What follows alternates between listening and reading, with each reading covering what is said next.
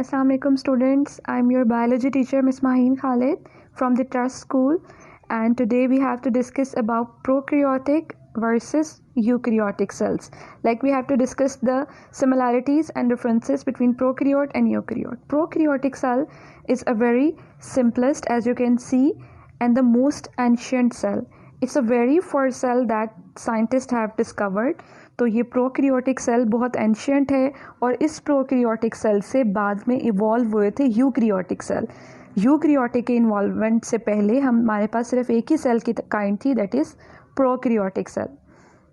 Now if you can see the prokaryotic cell is very small as comparative to eukaryotic cell. बहुत छोटा होता है, 10 times smaller है than eukaryotic cell से, और इसका फ़ायदा ये है छोटे होने की वजह से ये बहुत जल्दी मल्टीप्लाई कर जाता है. Prokaryotic cell. Let's take the look on the features of prokaryotic cell. As you can see, it's very simple and it's very obvious to see and find out the structures that a prokaryotic cell have. Firstly, इसके name से देख लेते हैं कि name के क्या इसके हैं फीचर्स. कैरियर का मतलब होता है nucleus and pro mean before. That means before nucleus. Prokaryotic cells nucleus से पहले इवॉल्व हुए थे. इसका मतलब है कि इनके अंदर कोई भी न्यूक्लियस प्रेजेंट नहीं होता. They lack nucleus. इनके नाम से जाहिर है prokaryotes without nucleus. And there are ribosomes scattering inside the cell. आप देख रहे हो. And the DNA is also present in nucleoid region. और इसको न्यूक्लियस इसलिए कहते नहीं है क्योंकि इस पर मेम्ब्रेन बाउंडेड ऑर्गेनालिस नहीं है.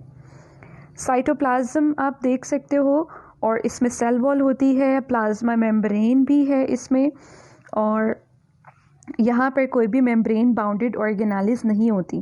प्रोकैरियोट्स में कोई मेम्ब्रेन बाउंडेड ऑर्गेनाली नहीं है, जैसा कि आप देख सकते हो. इट्स वेरी सिंपल, और इसके पास एक फ्लैजेला होता है जो इसको मूवमेंट में हेल्प करता है. Next we have eukaryotic cell. As you can see a large nucleus here and organelles, membrane bounded organelles. हर ऑर्गेनाली के ऊपर एक मेम्ब्रेन है, और इसके नाम से आप इसको डिफाइन कर सकते हैं. Eu mean true and karyotes mean nucleus, यानी कि ट्रू न्यूक्लियस. प्रोकैरियोटिक सेल में नहीं था, बट यूकैरियोटिक सेल में ट्रू न्यूक्लियस प्रेजेंट है. इसकी बॉडी के अंदर आप देख सकते हो. It is complex than the prokaryotic sales.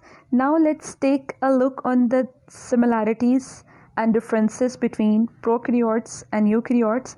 सबसे पहले हम कॉमनैलिटीज़ से स्टार्ट कर लेते हैं कि इन दोनों के अंदर कॉमन कैरेक्टर्स कौन से हैं. तो दोनों के पास डीएनए होता है, प्रो के पास भी और यू के पास भी. दोनों के पास राइबोसोम्स हैं, both have cytoplasm and have plasma membrane.